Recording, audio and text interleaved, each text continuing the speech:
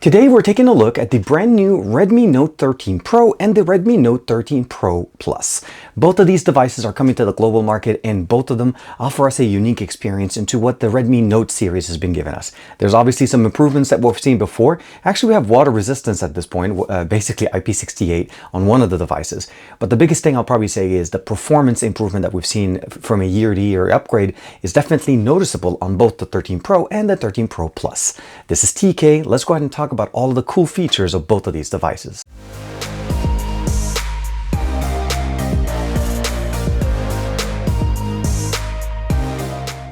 Like and subscribe, and make sure you hit that bell icon so they are always notified to whenever we have new videos on the channel. Okay, so in front of us we have the 13 Pro Plus 5G that's on the right side, and then of course the Redmi 13 Pro. Now this one doesn't say 5G, but one of the biggest thing I'll probably say is they have a lot of similarities, a few differences obviously that make the Pro Plus a little bit more powerful. Now one thing I'll say is they're both powered by MediaTek processors. We have the Dimensity 7200 Ultra on the right side and the Helio G99 Ultra on the left side. Both MediaTek processors that are basically positioned to be in that price point, that mid-range to upper mid-range, kind of budget-friendly version where we're always getting more for what we pay. Both of them are going to be featuring a 200 megapixel camera sensor, and again, depending on the processor, we're going to get slightly different experiences. But at the end of the day, 5,000 milliampere batteries. Both of them also obviously include fast wire charging in the box, 120 watts here for the Pro Plus, and of course 67 watts that's going to be providing us there. And both of them charge pretty fast, as you see there in that clip. The biggest thing I'll probably say is not only do they include the chargers, the cables, but they also include cases. Both the Redmi 13 Pro, 13 Pro Plus include cases that'll help us protect the devices, and of course it makes them easier to carry so we don't have to worry about scratching the back. So we talked about the 5,000 milliampere, no wireless charging. We do have IP68 here on the Pro Plus. That's going to be one of their features in there. Again, both featuring the 200 megapixel camera as far as the primary sensor, same ultra wide and a 2 megapixel basically macro lens. And of course on the front we have a front facing camera capable of shooting 1080p. On the top we do have a headphone jack on the Pro, not the Pro Plus, and we also have the IR blaster as well as the other microphone. On the right side, pretty much similar experience. Volume rocker, power button, although slightly smaller footprint here on the power button on the right side. Both have the bottom firing speaker, USB-C microphone. We have the SIM tray at the bottom here on the Pro Plus, and of course it's positioned on the side here for the Pro.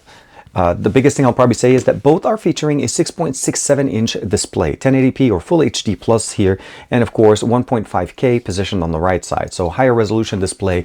And one of the other things I'll probably say is you'll notice it right away. Let's go ahead and give it a second. We have that dual curvature position on both the front and on the back, with a flat side in the center, making it easier to grip. So when you're holding it, you have something flat to hold on, but you definitely still have that feeling, a premium feeling of basically having the sliding, that little bit of a curved edge on both the front and the back. Feels really good. The Pro is pretty much more of a flat surface. Again, what we've seen before, flat on the front, flat on the back, easy to carry.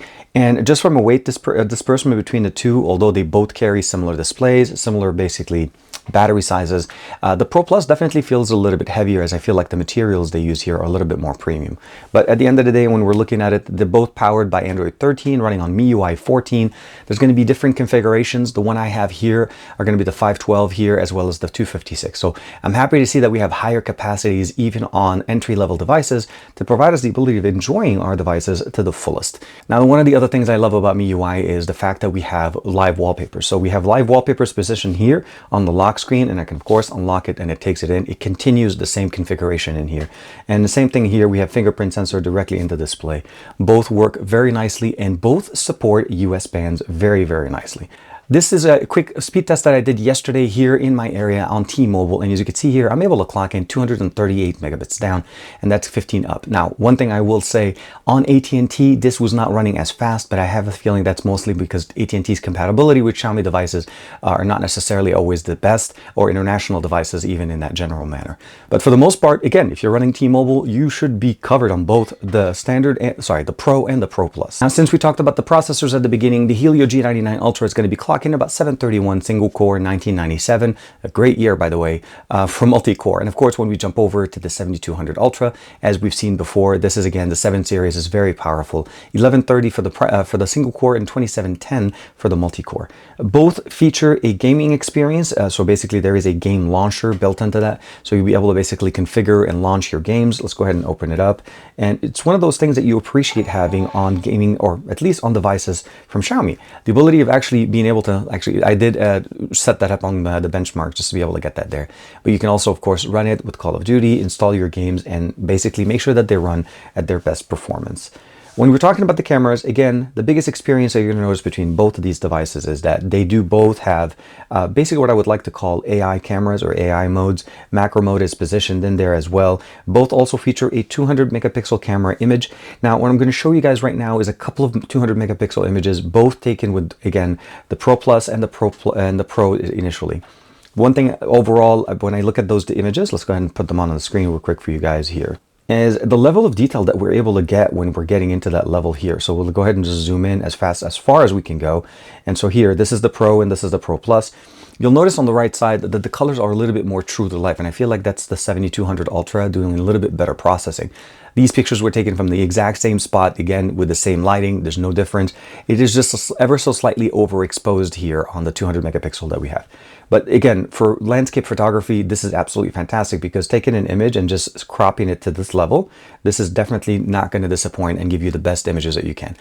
Again, for the better image processing, I feel like the Pro Plus definitely does a little bit better there. Otherwise, when we're looking into video capabilities, again, the processor is going to give us that experience. We're looking at 1080p 60 frames per second as the maximum resolution. When we go over here on the Pro Plus, we have the ability of going at 4K at 30 frames per second or 1080p 60, which is similar to what we have here. Front-facing camera, for the most part, is exactly the same. 1080p 60 is going to be the best. We have photo, we have portrait, all the different modes that we have in here. And of course, that we're going to talk about a little bit more on the samples as we finish up with the gaming and the sound test. So let's jump in real quick now and do a quick sound test on this speaker on both the Pro Plus and the Pro. It goes without saying that we're going to be playing our favorite song on the channel. This is Alex Crindo Jumbo by NCS Release. We'll start off with the Pro. The volume on both of these devices are set to 100%, so we're not going to have any problem. At least we'll see the full performance of the stereo speakers that we have in here.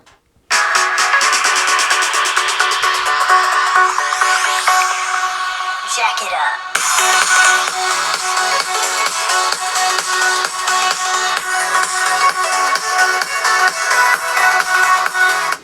Now, definitely sounds pretty good. Let's see how the Pro Plus does.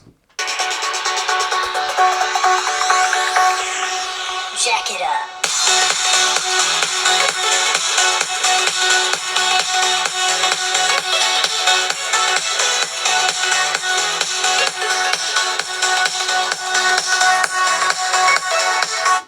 Now, comparably as far as speakers, I'm pretty sure you guys can hear they sound very similar to each other.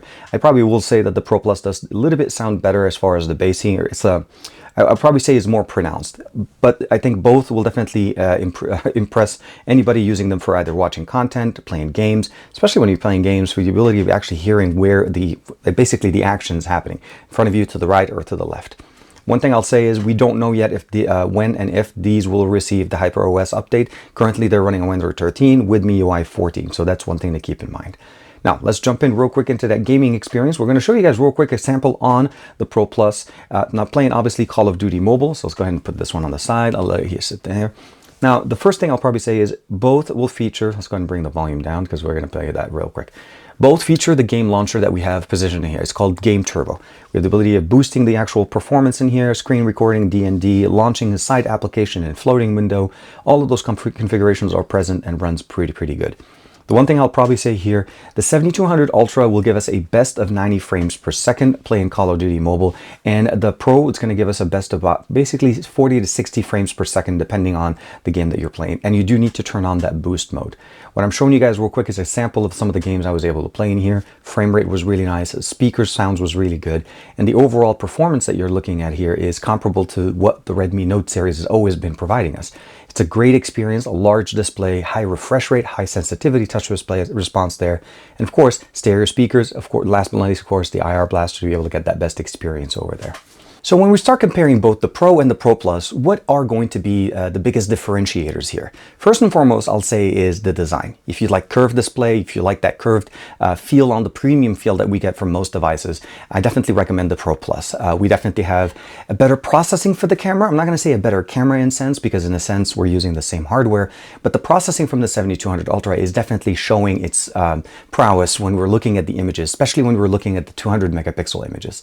So you're able to shoot at 200 megapixels megapixel, or you're also able to shoot at the binned down images of the 12 megapixels. So the biggest thing I'll probably say is, from a camera experience and a gaming experience, the Pro Plus definitely takes it and obviously is a better performer, although the G99 Ultra is no slouch at all. So it's depending on how much you're willing to spend to be able to get the experience that you want. For gaming, many will say that a flat display will always be definitely a better experience than a curved display.